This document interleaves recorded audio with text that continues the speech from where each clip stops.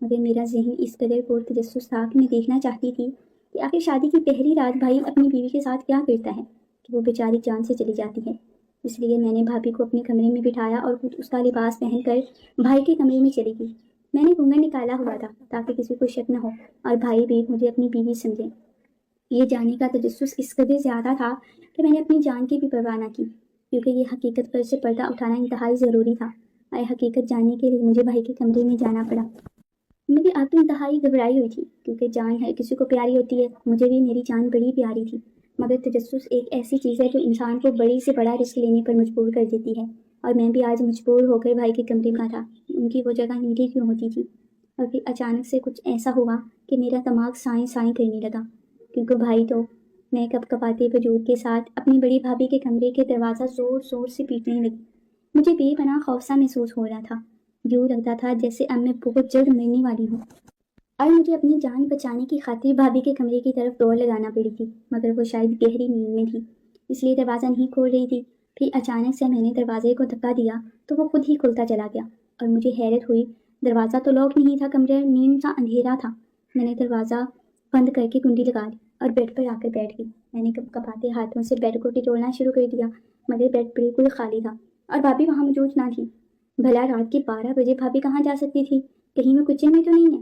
اگر ایسی بات ہے تو بھابھی کی جان کو خطرہ تھا، کیونکہ میں تو اپنی جان بچا کر بھاگ کر آئی تھی، کہیں وہ بھابھی کی جان نہ لے گئی۔ میری پہلی بھابھی جو بڑے بھائی کی بیوہ تھی وہ ہمارے ساتھ ہی رہتی تھی، کافی زیادہ سنجیدہ اور خاموش طبیعت کی مالک تھی، کبھی کوئی لڑائی جھگڑا نہیں کیا تھا، بس صبر شکر سے ہمارے گھر رہتی تھی۔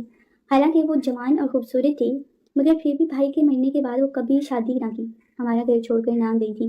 کبھی کبھی تو مجھے ان پر ترس آتا تھا، ان کی جوانی پھوٹی پڑ رہی تھی، کیا ان کے اندر کوئی جذبات نہ تھے اپنا گھر دوبارہ سے بسانے کے؟ اور میں اکثر ہی اپنی حیرت کا اظہار ان سے کر دیتی تھی، مگر وہ محب سا مسکرا دیتی، کہتی جس سے محبت تھی وہ تو رہا نہیں، اب کسی سے دل لگا کر کیا روک پانا۔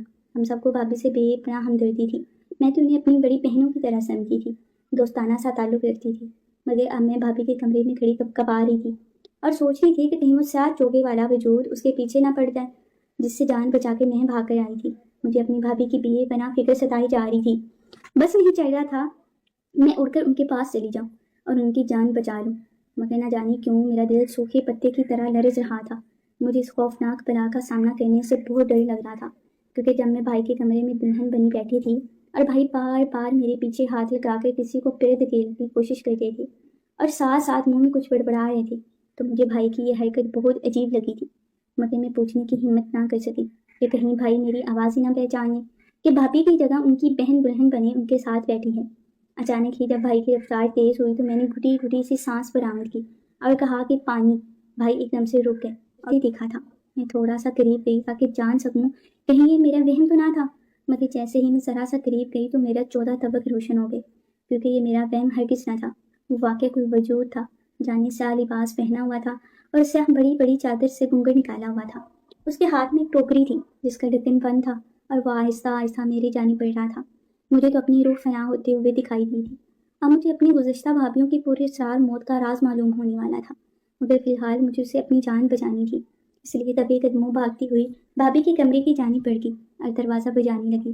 جب انہوں نے دروازہ نہ کھولا تو میں نے دروازے کو ٹھوکر مار دی اور خود بخود کھلتا چلا گیا۔ میں جلدی سے اندر گئی اور کنڈی لگا لی۔ نہ جانے وہ کون تھا جو ہر بار میرے بھائی کا سہاگ اجاڑ کر رکھ دیتا تھا اور کب سے ان کے پیچھے پڑا تھا، کیونکہ ہماری تو کسی کے ساتھ کوئی دشمنی نہیں تھی، اور میں جو اب تک سمجھی آئی تھی کہ بھائی اپنی بیویوں کے ساتھ نہ جانے کیا ظلم کرتی ہیں کہ وہ راتوں رات ہی مر جاتی ہیں، اور اب تک بھائی میری نظروں میں مجرم بنے ہوئے تھے۔ ایک دم سے جیسے میری آنکھیں کھل گئی، مگر اب بھابھی کے لیے پریشان تھی، نہ جانے وہ باہر کیا کرنے گئی تھی، کیونکہ ان کی جان کو شدید خطرہ تھا۔ کچھ دیر تک تو میں زبر کے مارے وہیں چپیٹ کاٹتی رہی، مگر جب میری ہمت بالکل جواب دینے لگی تو میں نے دروازہ کھولا اور دبے قدموں باہر آ گئی۔ اماں کے کمرے کا دروازہ تو بند تھا، کیونکہ میری نئی بھابھی کو اپنی جگہ میں نے اپنے کمرے میں چھوڑ دی تھی، بس اپنی بڑی بھابھی کی جان کو خطرہ تھا اور میں نے ہر صورت بچانا چاہتی تھی، اس لیے دبے قدموں کچن میں چلی گئی۔ بھائی بھی وہاں موجود نہیں تھے، شاید وہ اپنے کمرے میں پانی لے کر جا چکے تھے، مگر بھابھی بھی کچن میں موجود نہ تھی، اور مجھے تو حیرت ہو رہی تھی کہ آخر بھابھی کہاں چلی گئی، کیا وہ اس سیاہ چوکے والے کے ہاتھوں تو نہیں لگ گئی تھی؟ اور یہ خیال تو میری روح فنا کرنے لگا۔ میں نے جلدی جلدی اماں کے کمرے کی جانب دوڑ لگا دی تاکہ ان کو صورتحال بتا سکوں اور ہم پولیس وغیرہ میں اطلاع کر سکیں، اس لیے میں بھاگتے بھاگتے اماں کے کمرے کی طرف جانے لگی۔ مگر یہ دیکھ کر تو میری حیرت کی انتہا نہ رہی۔ وہ سیاہ چوگے والا وجود بھائی کے کمرے کی جانب جاتی سیڑھیوں پر بیٹھا تھا اور اس کے ہاتھ میں جو ٹوکری تھی اسے وہاں رکھ کے کھول رہا تھا۔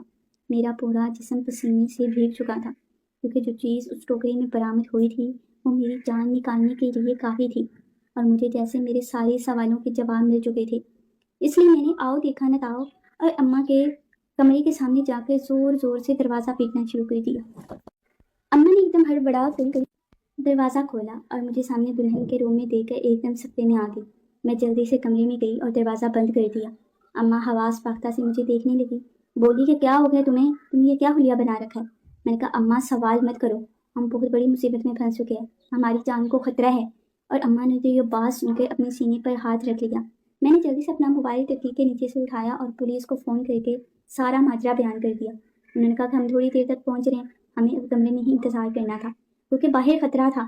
میں نے اماں کو ساری کہانی بیان کر دی کہ کس طرح سے میں نے کھوج لگانے کے لیے بھابھی کے بجائے خود بھائی کے کمرے میں چلی گئی کیونکہ مجھے بھائی پر شک تھا، مگر جو حقیقت مجھ پر آشکار ہوئی اس نے تو میرے چوبندہ طبق روشن کر دیے تھے۔ اب بس مجھے ان کا پتہ لگانا تھا کہ وہ کون ہے۔ یہ کمرے میں گئی تو تھوڑی دیر بعد وہ جسے کمرے سے باہر لے کے نکلی اسے دیکھ کر تو ہمارے پیروں تلوں سے زمین نکل گئی تھی۔ یوں لگ رہا تھا جیسے کوئی ہم بھیانک خواب کھلی آنکھوں سے دیکھ رہے ہیں، کیونکہ یہ تو ہم نے کبھی سوچا تک نہ تھا۔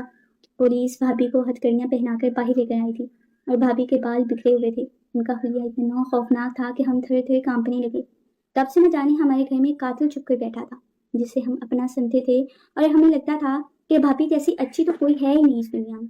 اور وہ سیاہ رنگ کے چوگے میں ملبوس نفرت سے بھائی کی اس نئی نویلی دلہن کو دیکھ رہی تھی جسے آج ان کا ہاتھ شکار سے نکلنے پر افسوس کر رہی تھی، اور میں تو اماں اور منہ پر ہاتھ رکھ کر بھابھی کو دیکھ رہی تھی۔ بھلا بیچارے بھائی نے ان کا کیا بگاڑا تھا جو انہوں نے بھائی کو اتنا دفعہ گھر اجاڑ دیا تھا۔ بھابھی کا طریقہ قتل بہت انوکھا تھا۔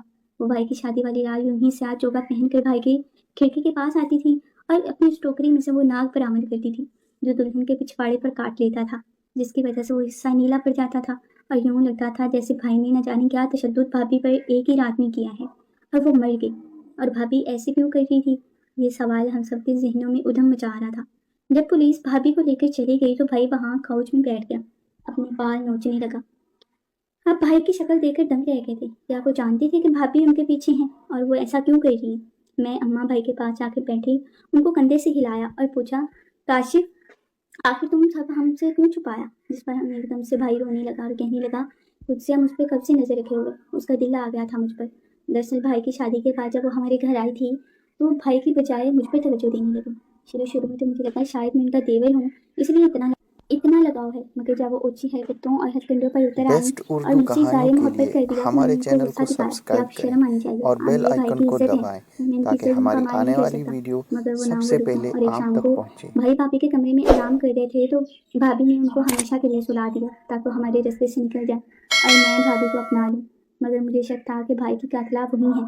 آپ کو اس لیے نہ بتایا کہ میرے پاس اور کوئی ثبوت نہ تھا اس بات کا، مگر ان کے انگ سے یہ لگتا تھا وہ مجھے پانے کے لیے کسی بھی حد تک جا سکتی تھی۔ روزانہ میرے کمرے میں آ جاتی تھی اور مجھے تنگ کرنے کی کوشش کرتی تھی۔ اس لیے میں نے شادی کی رٹ لگا لی کیونکہ میری بیوی کے ہوتے ہوئے تو وہ نہیں آ سکتی تھی، مگر مجھے کیا معلوم تھا کہ شادی کی رات ہی وہ میری بیوی کو مار ڈالے گی۔ اور پھر یہ سلسلہ یوں ہی چلتا رہا۔ پہلے بھی میں اس رات پر پردہ نہیں اٹھا پایا کہ آخر میری بیوی کی قاتل کون ہے۔ مجھے بھابھی پر بھی شک تو تھا مگر یقین نہیں تھا۔ مجھے لگتا تھا شاید وہ قدرتی موت مرتی ہیں۔ اگر آج میری بہن اس رات سے پردہ نہ ہٹاتی تو شاید میں کبھی نہ جان پاتا کہ بھابھی مجھے پانے کے لیے کس حد تک جا سکتی ہیں۔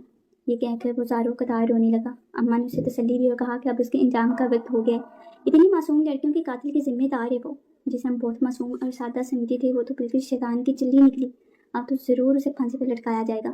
میری نئی بھابھی جو کہ یہ ساری صورتحال سن رہی تھی وہ بالکل ہی حواس باختہ تھی کہ کوئی عورت اتنی ظالم کیسے ہو سکتی ہے۔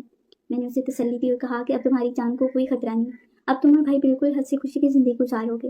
اور اس نے مجھے گلے لگا لیا اور کہا اگر آج آپ میری جگہ دلہن بن کر نہ جاتی تو شاید میں بھی آج زندہ نہ ہوتی۔